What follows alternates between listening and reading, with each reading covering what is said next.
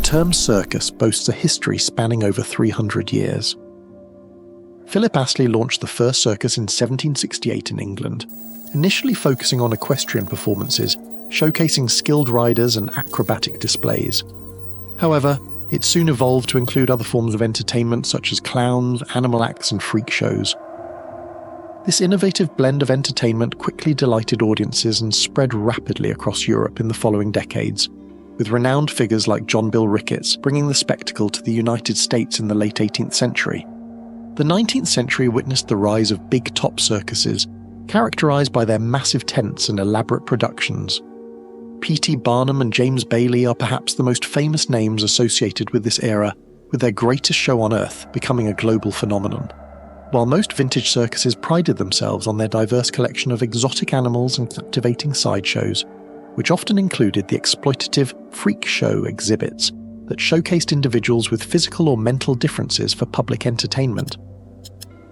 However, throughout its illustrious history spanning centuries, the circus has undergone a significant transformation in terms of its performances and scale. In this video, we will explore some of the most iconic and shocking male freak act performers from the golden age of circus. As always, viewer discretion is advised.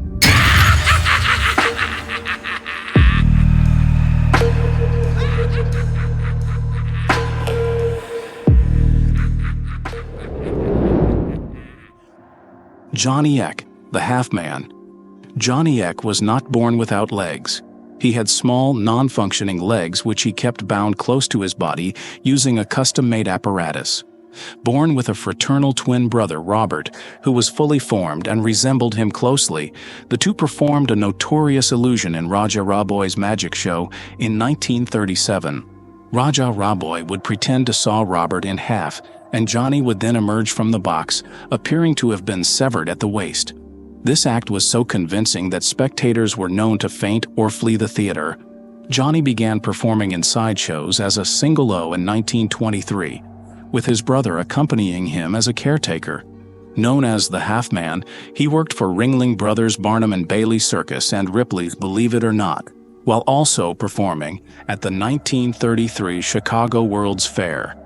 In addition to his sideshow work, he played the Goonie Bird in 3 Tarzan films. He later returned to his birthplace of Baltimore, where he and Robert shared a house. They operated a penny arcade and a children's train ride. In his later years, Johnny focused on his hobbies of screen painting and staging plays for neighborhood children. Grady Stiles, better known as Lobster Boy, was born in 1937 with a rare condition called ectrodactyly, which gave him claw-like lobster hands and feet. Grady began performing at a young age, following in the footsteps of his father, who also had ectrodactyly. He became a popular figure in circuses, using his claw-like hands to perform tricks and manipulate objects in unique ways. Despite his fame and success as a performer, Grady Stiles' personal life was marked by tragedies and controversies. He was known for his abusive and violent behavior, especially when drunk. In 1978, Grady was convicted of murder after shooting and killing his daughter's fiancé on the eve of their wedding. Due to his physical condition, he received a light sentence and was put on probation. In 1992, Grady Stiles was murdered by a hitman hired by his wife, Maria Teresa, and his son, in retaliation for years of abuse they had suffered.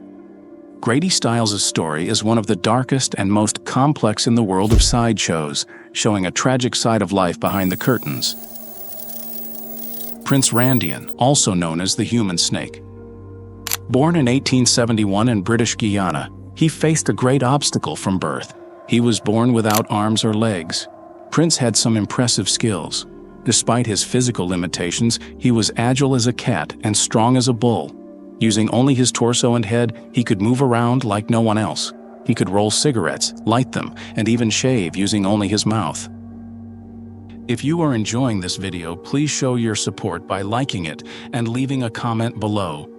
Your engagement helps with the algorithm and allows more people to discover our content. Pascual Piñon, better known as the Two-Headed Mexican, was a Mexican railroad worker who caught the attention of a curiosity show promoter due to a large cyst or tumor on top of his head.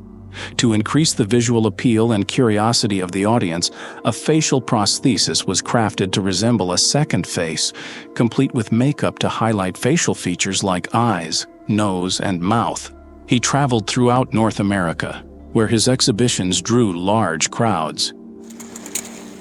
Schlitzie, born in 1901, was a sideshow performer known for his condition of microcephaly, which gave him a small head and lifelong intellectual challenges.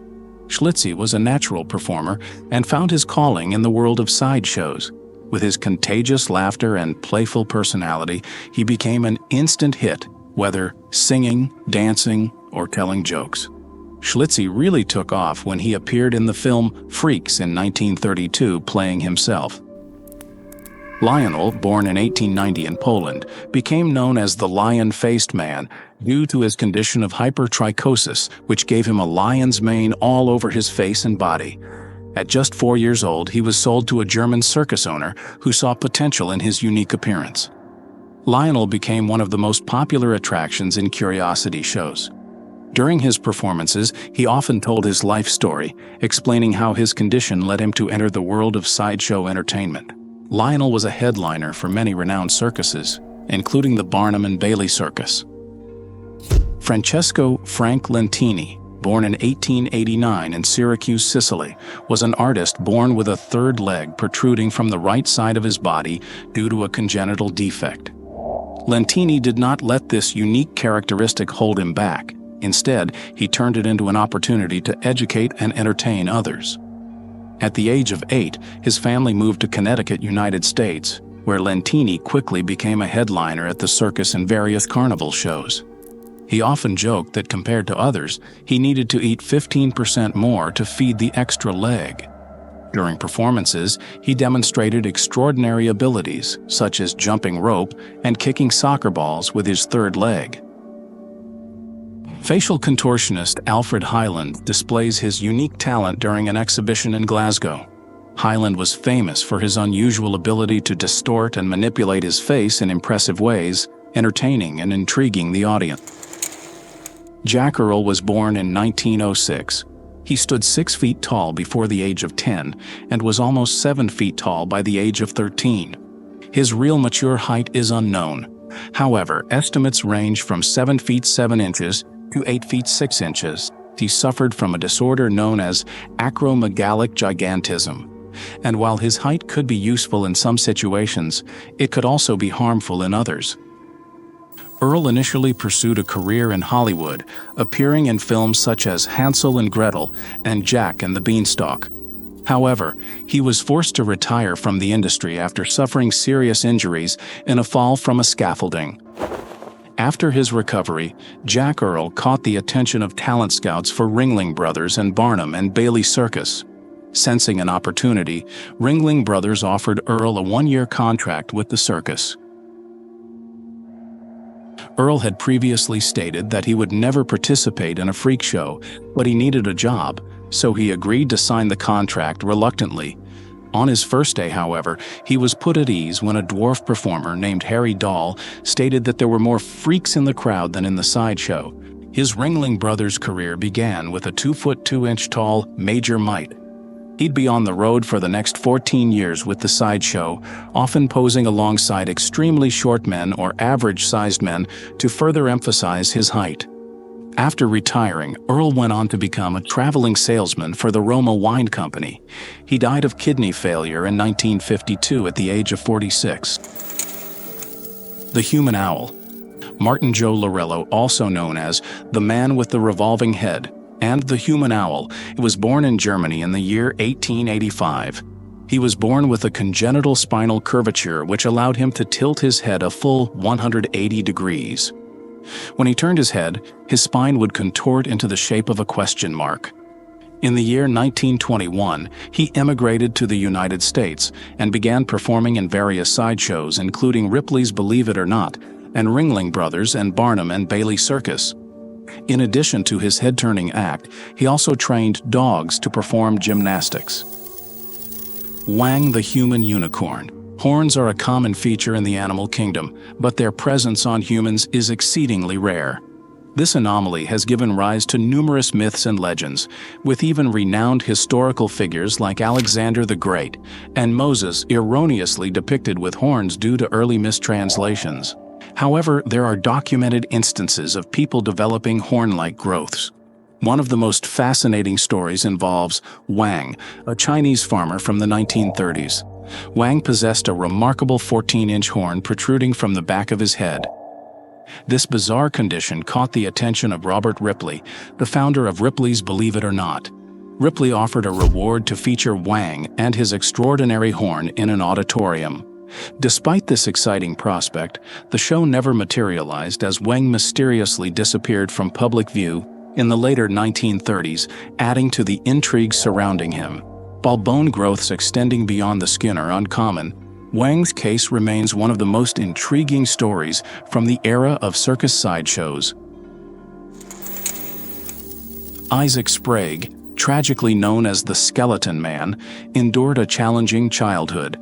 Despite initial years of normalcy, his life took a drastic turn at age 12 when he began to suffer from rapid weight loss caused by the debilitating condition of progressive muscular atrophy. Despite his deteriorating health, he attempted to work following in his father's footsteps as a cobbler and later managing a grocery store. Unfortunately, his condition consistently interfered with his employment. After the loss of his parents, he faced immense hardship in supporting himself. A glimmer of hope appeared in the year 1865 when he secured a position in a circus sideshow. Although his emaciated appearance earned him the chilling nicknames the Living Skeleton and the Original Thin Man, he demonstrated remarkable resilience. He carried a flask of milk around his neck, constantly replenishing his strength to perform and navigate the challenges of his life.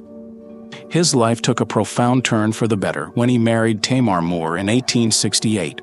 The arrival of their 3 strong and healthy sons filled his life with immense joy and a sense of deep fulfillment.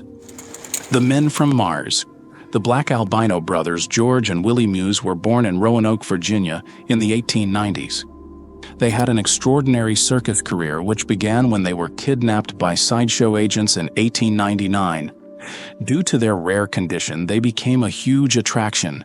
Initially presented as white equatorial cannibals named Echo and Eco, they were later rebranded as the Sheep-Headed Men and Men from Mars, touring with the Barn Circus. Despite being well-fed and trained, they were not paid.